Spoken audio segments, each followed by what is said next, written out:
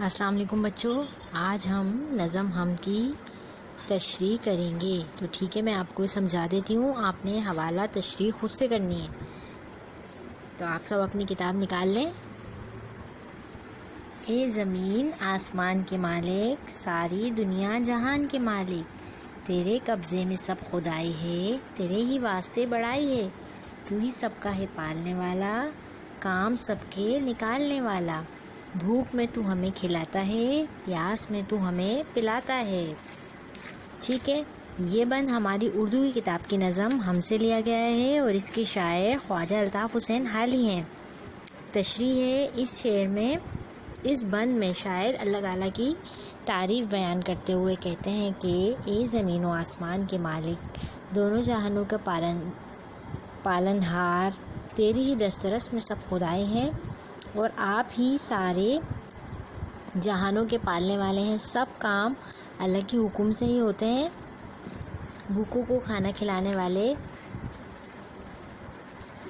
بھی اللہ تعالیٰ ہیں اور پیاسوں کو پانی پلانے والے بھی اللہ ہی تعالیٰ ہیں۔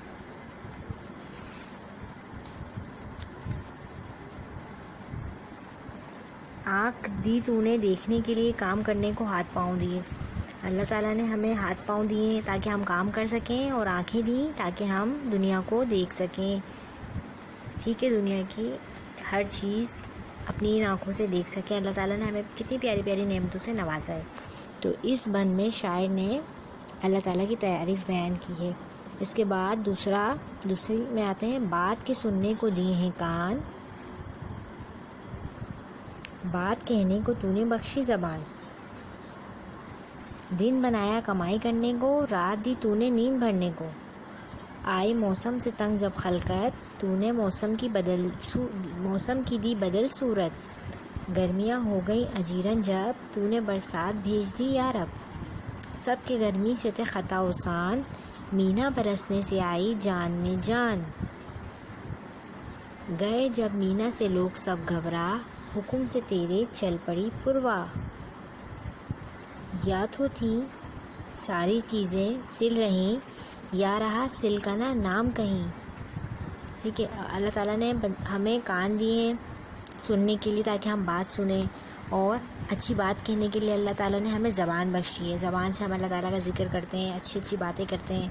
ٹھیک ہے، دن بنایا اللہ تعالیٰ نے کمائی کرنے کو، اور رات دی ہے اللہ تعالیٰ نے ہمیں آرام کرنے کے لیے، یعنی دن بھر اگر ہم کام کرتے ہیں، مصروف ہوتے ہیں، تو رات کو ہمیں آرام کرنے کے لیے اللہ تعالیٰ نے ہمیں رات دی ہے، تاکہ ہم اس بات پہ ہمیں اللہ تعالیٰ کا شکر ادا کرنا چاہیے۔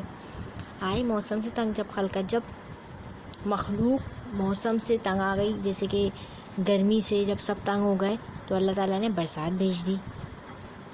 جب سب کی گرمی سے اوسان خطا تھے، گرمی سے سب پریشان تھے، بے حال تھے، تو بارش آ گئی اور سب خوش ہو گئے بارش کے آنے سے۔ لیکن جب بہت زیادہ بارش آئی تو سب گھبرا گئے، اور جب سب گھبرا گئے تو اللہ تعالیٰ کے حکم سے ہوائیں چلنے لگیں، تاکہ گرمی کا زور ٹوٹ گیا، بارش آ گئی، اور اس کے بعد جب ہوائیں چلنے لگیں تو سب کچھ ٹھیک ہو گیا۔ یا تو ساری چیزیں خشک ہو گئی تھیں، بالکل خشک، اور جب بارش آئی تو ساری چیزیں بالکل اچھی ہو گئیں، بارش سے بھیگ گئیں۔ ٹھیک ہے، اب جاڑا آ پہنچا اور گئی برسات، دم کے دم میں پلٹ گئے دن رات، پھر لگی پڑنے جب بہت سردی، مشکل آسان تو نے پھر کر دی، جاڑا آخر ہوا اور آئی بہار، جنگل اور ٹیلے ہو گئے گلزار، تو یوں ہی رت پہ رت بدلتا رہا، یوں ہی دنیا کا کام چلتا رہا، کی صدا تو نے مشکلیں آسان، تیری مشکل کشائی کے قربان۔